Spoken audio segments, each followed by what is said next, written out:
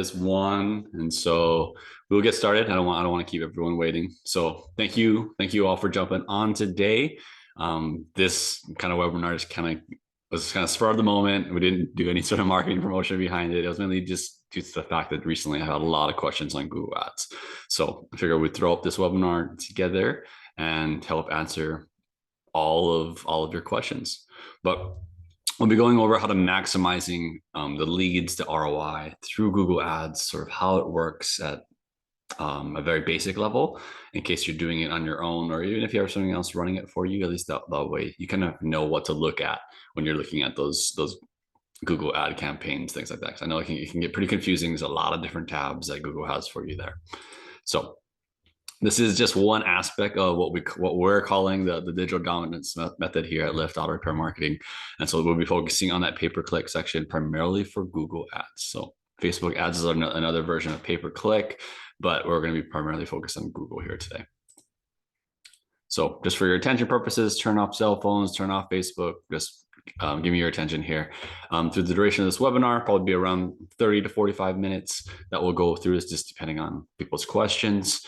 And again, please just throw your questions in the comments, and I'll make sure I'm peeking over and answering them as they do appear. And so what we'll be covering today. So first off, we want to look at PPC and why especially a key to this unlimited scalability of your lead flow here. And we'll go over some live examples of some campaigns that we manage in terms of the ROI that it's generating for some of these shops.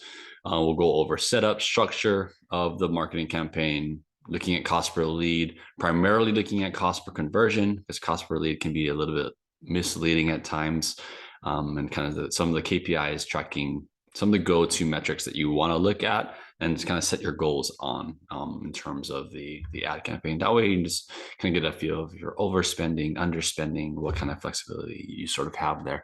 So Google Ads can become a lever. And so just on us, if this is your first time joining a webinar, my name is Kelsey. I'm co-founder of Lyft Auto Repair Marketing. So we only work with auto repair shops. That's our specialty. And so thus through working with multiple different auto repair shops, that's where we've been able to sort of develop a strategy behind building lots of different Google ad campaigns, what works, what's not, and especially looking at kind of the recent trends lately of Google ads for auto repair shops. So first off, first question, should PPC be a part of your overall internet marketing strategy? So if you want to throw in the chat just a bunch of yes or no's, or maybes, go ahead and throw those in the chat just so I can get engaged where kind of people are in terms of what they think of PPC, or PPC is just pay-per-click. So yeah. All right, so we got some yeses, got some I don't knows. All right, perfect. Well, hopefully we can answer some of those questions for you today as we go through this. Okay. Leslie, open that as well. Perfect. All right. And so why PPC should be a part of your internet marketing strategy. And so by doing Google AdWords, you end up being on the top of the Google search. And so that's enough of a good reason to pay for it, is now you get to show up quickly. So SEO takes time in terms of ranking consistently organically within Google. And so how to kind of leapfrog that, you want to start showing up quickly there. Hold on just one second. I apologize. I locked the door.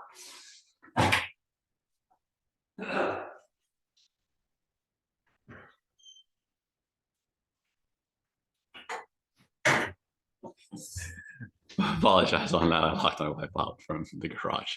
All right.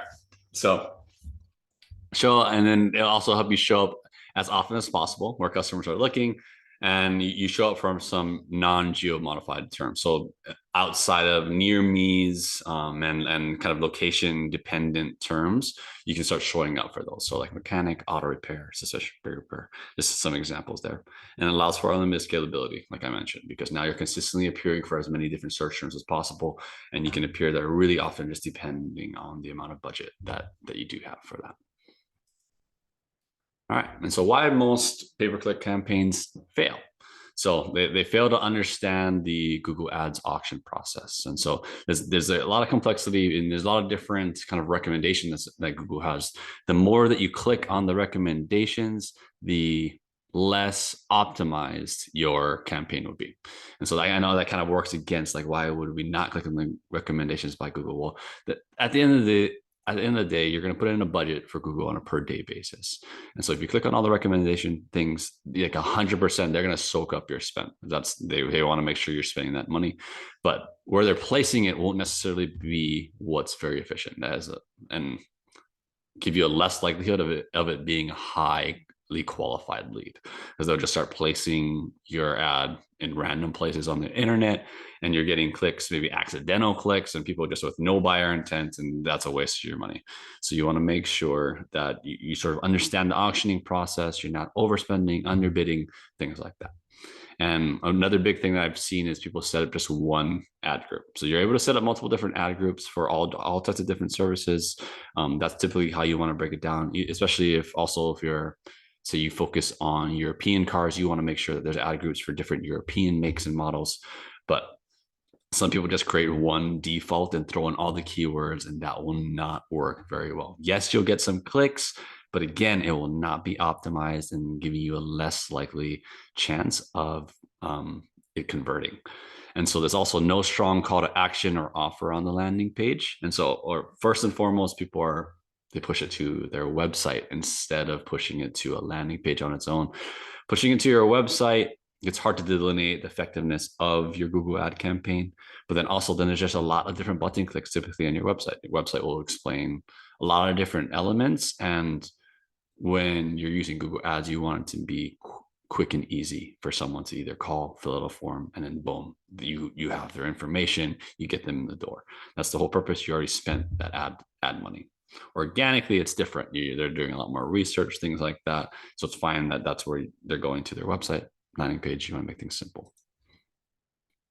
So here, in terms of, I guess I just talked about this, I jumped the gun a little bit, but in terms of different keywords people have, and then they create these ad groups, and then they funnel it to the home page. So sometimes not even the contact page where you can easily get that information for them. They push it to the home page, and then there's just not good call to actions there, depending on how people made their website. So you typically just want to have whoever's managing your pay-per-click campaign to build a very simple landing page for you. Looks a lot like your website, still has the same brand imagery, but again, there aren't very many button clicks to distract the potential customer, or then they don't call, they don't come in. So that's what you want to make sure that you're driving it to the right places. So I'll stop right here just for now. I know some new people have jumped into the webinar as well. Are there any questions that I can help answer so far? And again, there's no question that's off a limit, at least in my opinion. So I guess I can stop here and answer. There was a question that came through online for me the other day, and I'll answer that from Adam. So his question was in regards to the dip in overall relevant industry search term volume this year. So there has been, especially in this latter half of the year, there has been a decrease in overall search terms. Just a little bit less people searching for different auto repair related keywords. And so that could have an effect in terms of just economic standing for some folks, and thus they're pushing kind of auto repair related issues of their vehicle to the back burner. And that, I mean, just in terms of volume, that's what's taking place. And thus with less volume, that creates higher cost per click, because now there's less searches going around, and thus a higher bidding process needs to take place. And so so in terms of doing that, you just kind of be aware of that within your current budget standpoint, that there will be less clicks and thus higher cost per click based on the budget that you set apart. But there's still good enough search terms. You got to get a little bit more narrow in terms of the search terms you go after. So if you are not a big player with a big Google ad budget, you can't always go for some of the general words like auto repair mechanic, auto repair shop, things like that, because a lot of people are going to be competing against those, thus higher cost per click. So you want to go for some of the lower service related ones that maybe not as many bidders are going after, or maybe specific makes, things like that. And then there was also a question about regards to like dealership and then driving up the bidding costs for search terms like BMW. And so same sort of thing. I mean, as you look in the data in terms of how that bidding process is working, you may just need to go for a little bit more specific variable with that type of make in there. You can't just go for the general word of BMW repair or something along those lines, because maybe that just because of the competition on that given search term based on where you are. So you might need to get a little bit creative in terms of the search types. Yes, that will result in less clicks, but that cost, at least that consistency of conversions can still take place there. Perfect. I have another question in here. Someone currently does a lot of near me ads. Is that a good or solid strategy? So it does not hurt to have near me included in the Google ad. It can definitely be effective. Well, with near me within Google's algorithm, it tends to be very, very location dependent. So sometimes your near me ad will not even appear for Google if it sees that you're just not a relevant source for that given person. It kind of weeds you out. So just again, near me ad campaigns are a little bit tricky to have truly optimized, because Google is determining whether you're considered near enough. So that just, again, you could be seeing wasted spend there, just depending on how near you really are to an individual. Yes, you're going to make make sure you're always building location parameters around the different search terms that you're doing. So that way you have a better chance of that near me being productive. But typically you're going to get the best bang if you're making keywords that are non-geo modified. Again, taking out that near me dependency out of Google's hands there. So a great question. All right, so we're going to keep on going. Again, as you have any questions, I'm going to answer those for you.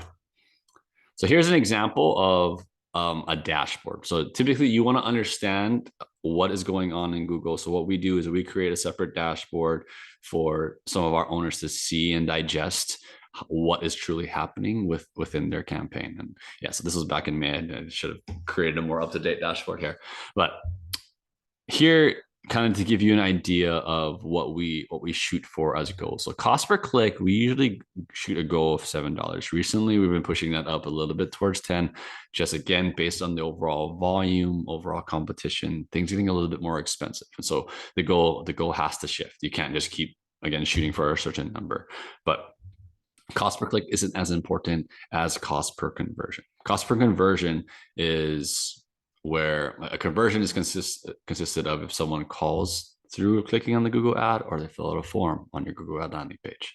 And so this conversion you want in between $20 to $40. And again, recently we've adjusted this to be more $40 to $60 range, just based on the overall cost of where kind of Google ads are going. But conversion at the end of the day is what's most important. You can have $1 cost per click, but if your cost per conversion is still $100 because no one is converting based on the clicks that you're getting because it's going to random places on the internet, it doesn't matter that your cost per click is low. So you want to make sure that it's resulting in actual people calling, you listening to those calls, making sure that they're good, highly qualified leads, and then determining, okay, how many of those people actually came into the shop, how many did we close, things like that. So you can really get a true closed conversion rate out of your Google ad campaign. So yeah, that it's just important though to understand these numbers, that you're just not kind of in blindly running these things. So this just to break down some of the numbers for you here. So just for an example purposes, number of leads is 94. Say conversion rate of those leads is 50%. So 47 cars in the shop. So ARO, say ARO is 750. So 47 times 750, looking at 35,250 of revenue coming in the door in relation to Google ads there. Projected ROI, 35,250 divided by the 2,540 spend here gives you a 14x ROI. So again, just to give you an idea, the stronger the conversion, obviously the better ROI you're going to get. Conversion is going to be hybrid dependence upon the quality of the lead, but also how good to the service writer is at answering the calls, getting them in the door. Typically, conversion rates that we've seen consistently are sitting in that 70 to 80% range, just based on the current shops that we're doing. But again, it'll fluctuate from month to month, but we want to see a strong conversion rate there, because if they're calling from the Google ad, it's very, very high buyer intent typically. So you want to make sure you get them in the door. So next thing we're going to go over is how to set up and structure your pay-per-click marketing campaign. Or if you're not setting it up, at least this will give you a groundwork to understand sort of what you're looking at, how to set things up, so then you get the best bang for your buck. And so first and foremost, conversion tracking is a must. And so that's where typically you do not want to drive it to your main website, because then it's hard to then separate out phone calls that came organically versus phone calls that came from Google Ads. So that's where landing pages are better that way. But again, even more so, landing pages are just, we've seen as being a more effective way of getting conversions and people calling. It's simpler. And so that's an absolute must. If you don't have this, then you don't have a true understanding of how effective your Google ad campaign really is doing, and you could be wasting a lot of money on your campaign. Second thing, your campaign must be broken into smaller ad groups, like we talked about, for various services, various makes. If you are going after specific makes, if you're only a foreign auto repair shop, you want to make sure that those are listed as separate ad groups there. So within those ad groups, you can make different content copy within the ad that appears on Google that is more relevant to what someone searched. And so then you also want to make sure you have a strong understanding of keyword match types, and then definitely don't forget your negative keywords. So keyword match types, if you're typing in just the word, that's called a broad match. And so say you type in the word auto repair shop. So that means to Google, if you have any of those terms within someone searching in the web, you want to appear. Do you always want to appear when someone types in the word shop?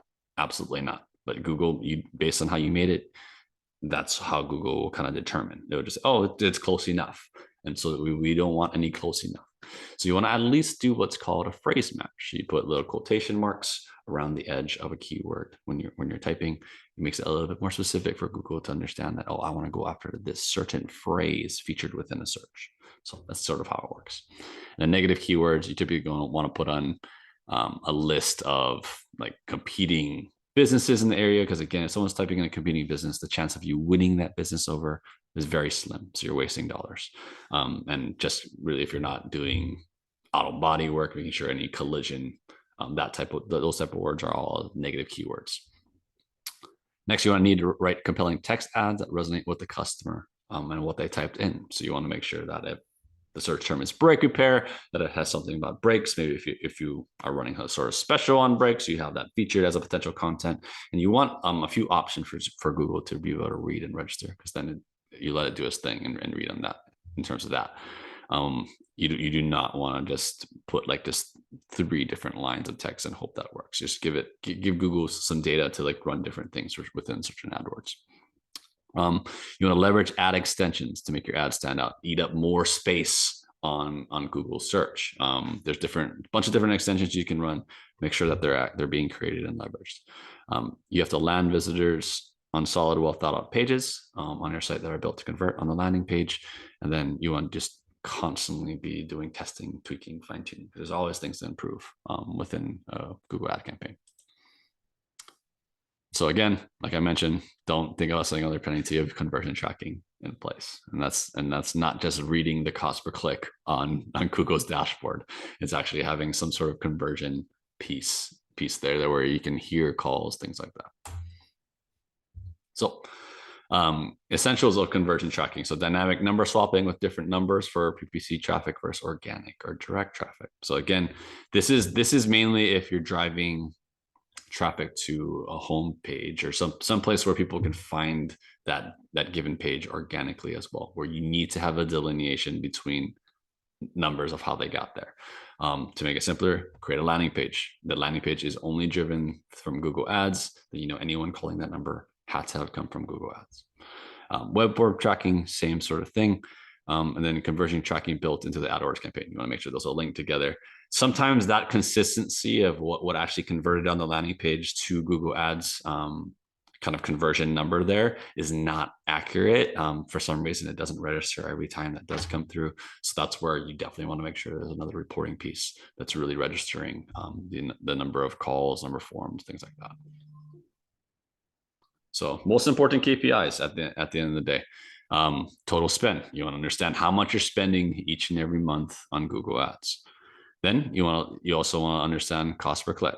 Go for cost per click, like I mentioned, 4 to 7. This was back in May. So typically right now we're looking at probably around that $6 to $10 range that you'd be sort of shooting for as a comfortable spot.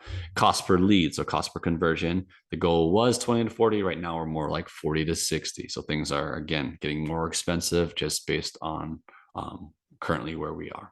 And so then from that, you want to start understanding your return on investment in terms of, okay, how much revenue came in relation to Google Ads, and then how much versus how much I spent. So you want to make sure that you're getting at least a comfortable 5x, in my opinion.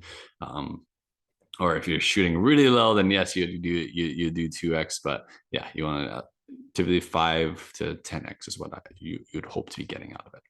So it's best to have a dashboard, again, makes things simple to read, understand, again, how many conversions, things like that are coming through. So then even better to be able to track by keywords. So again, the different keywords, how many impressions you got, how many conversions are coming from given keywords. So you know what's working. Because if some things are not working, or if they're getting you one conversion, but that conversion costs you half of your monthly allotment of budget, then it's time to consider either pausing that keyword or maybe some variation of that keyword that's not going to cost as much. And then how to structure your PPC. So I guess I'll stop really quick. I know I just spoke a lot there. Are there any questions that came in regards to any of the dashboards, any of the goal setting in relation to the Google ad campaign? Don't be shy. Throw it in the chat if you do have any questions there.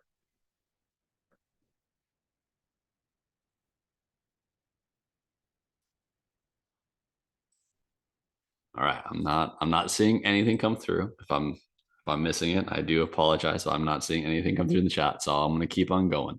All right. And so how to structure your PPC campaign. So your campaign, again, must be broken into smaller ad groups. You'll see that on the left-hand side of the Google ad when you create it. The campaign is when you're initially signed on to AdWords. It asks you to put in some basic information, then it creates a campaign for you.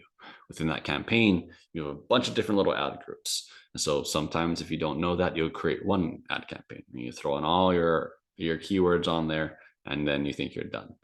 No, you want to create an individual ad campaign just for the terms related to auto repair, to terms related to brake repair, terms related to oil change. So again, it makes it very specific and start getting really good data out of Google in terms of how those things are performing. So this is typically an example of what it would look like. In this case, you can see there's a bunch of ad campaigns. This is just over a good amount of time that to create multiple. Sometimes, I mean, it doesn't hurt to create too many, but sometimes it gets a little bit noisy if you're not really taking a good look at it and understanding how things are performed there. So but I would say at least shoot for 10 ad group campaigns, or again, if maybe first focus on just a few services, then you can narrow that down. But 10 is probably at least a minimal comfortable range where you can start getting good data out of it. And the keyword types matter. I think I talked about this briefly. But broad match is just straight typing in the term without anything. If you throw in this little plus sign, it's called a modified broad match. So that means these terms have to appear in any order within a search type. Phrase match means it has to appear within the search type. And then exact match within these brackets, that means this exact order and exact term has to be featured in the search type for you to want it to appear. And so this will really focus on, if you really understand the different keywords that people are coming to you and searching for you for, exact match is a great way to leverage, but usually we do a combination of both phrase and exact together. Then that way you're kind of covering all your bases there. And then pay attention to negative keywords, like I mentioned, anything related to jobs, careers, car types that you don't do, associations, people maybe typing in the word cost, if that's just a type of customer you're wanting. Those are things that you want to take a look at in terms of negative keywords, competitors, things that are just going to create a very low ROI for yourself. That's where you want to make sure you're throwing those negative keywords in the listing. You need to write compelling text that resonates with the customer. So again, less is more. Sometimes people get really passionate about what they're typing in there. They need to put all these specific details. Again, that's just noise for someone. They're needing help now. So you want to be able to answer that question for them in as minimal words as possible. And so whether that be a brake repair, things like that, you want to make it very simple for them to be able to read and be like, yep, that's where I want to go. And so they click on your ad. I'm telling exactly what you want them to do, whether it be call now or schedule an appointment with us today. We'll get you in. We do same day service, something along those lines where really they're like, yep, this person can help me. If you have a special offer for the service that they searched, even better. That way, again, and any offering will help create a little bit more intent behind them taking action, and then give them one decision and really push that across the board. So you want to always at least have a web form. I know most shops prefer a call, and that makes sense. That it's a lot easier we see better conversions out of calls, but some people are just not comfortable always calling people. So you want to at least have that option for people to fill out a web form where it's just very simple: name, phone number, why they need you. So again, few boxes, they fill it out, and boom, you have their information. Give them a call right away. And so questions to ask your PPC provider, if you do have one, and you're just like letting them run it. You want to understand, okay, how much of my budget will go to Google AdWords spent versus the management fees. So again, if they're saying, so typically there will just be a fee associated with the amount that they're spending. Some people do a percent based on how much you spend. Just make sure you understand what is going on into there and baking that into your overall ROI there.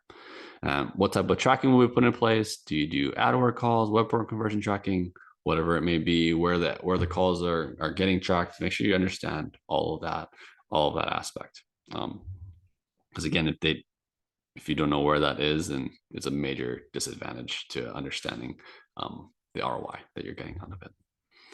And how will we track our key performance, our KPIs? So, and will I be provided with a live dashboard? So you want to make sure you understand what KPIs are being looked at, and then if it's easy for you to be able to see it at any time. So you want to make sure you have those things. Will you be setting up specific landing pages, or will they just be going to certain pages on the home page? At the very minimal, if they're not doing landing pages, you want it to at least push to different specific pages on the website. So if you have specific makes and models on your website, and that's just where you want it to be driven to, make sure on that given page, again, it's very easy for them to recall or fill out a form within that page. You do not want people clicking on multiple different places. So I promise you the conversion will not be as good, because people get distracted very easily. So you want to make it very simple once they get there. Do the split test ads for each ad group? Will you be leveraging all the ad extensions to eat up as much space in the Google ad that you can? And what are targets in terms of cost per lead and ROI that's to be expected out of them? So they're very basic questions that should be able to be answered, but at least that way you at least understand this yourself in terms of what's being presented there. And what makes our campaigns different? And so in terms of what we do, we split the campaign into strategic ad groups based on what we've seen as the most helpful and profitable across the board. And since we're running multiple of these, we can see what's working for some others, what's not working, and just kind of optimize things together. Obviously, within each location, things are going to be slightly different, but overall, things are pretty close to the same nationwide. And so you want to make sure that, that's what we're leveraging in terms of the more data, the more efficient that you're able to make certain campaigns. We always set up landing pages. That's something that, yes, it takes a little bit more time, but we always do that, as we've seen better conversions there, better ROI for the shop owners. And we set up conversion optimization. So those conversions in terms of calls and form fill outs are directly correlated to the dashboard. That way you're truly seeing the impact there. And so yeah. Any questions so far? Again, we'll stop right here. I believe, yeah, that's it at a high level. And then we have a few little bonus tidbits here at the very end. But any questions in regards to anything that we chatted about, ad groups, keywords, negative keywords, really anything in relation to Google Ads? And you have me live here, so I will happy to answer anything live for you right now. Or if you're not comfortable doing it live, then you can shoot me an email, shoot me a message after this, and I'm happy to answer that offline too. All right. Well, you can always, let's talk in the comments after this if you need anything. Also, we have this marketing checklist.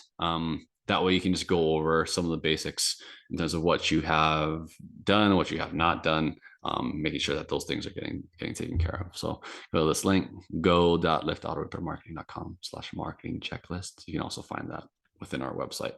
You can find the marketing checklist drop down there. And then strategy session. So if you're just like, you know what, I have no idea what I'm looking at, I want you to just take a look at it for me. Happy to do that. Let's set up a meeting where we can go over this along with just the overall online presence of your shop, what can be improved upon. So you can call me here, 877-733-3446, or you can schedule a strategy session straight through our website as well. You'll see my calendar there, and you can book a time with me, and we can get something going. I'll make sure that you're making the most out of your spend. So as we go into this new year in 2023, let's optimize what you have going on. If you haven't already, join our Facebook group. I believe everyone here came from our Facebook group because that's where I posted it this last time, because it was just kind of a flash webinar. But if not, if you know other shop owners that could find some of the information that goes on in our Facebook group beneficial, invite them, have them come in here. Just facebook.com/groups Auto Repair Owners Mastermind. All right, and so that is it today. I appreciate all of your time.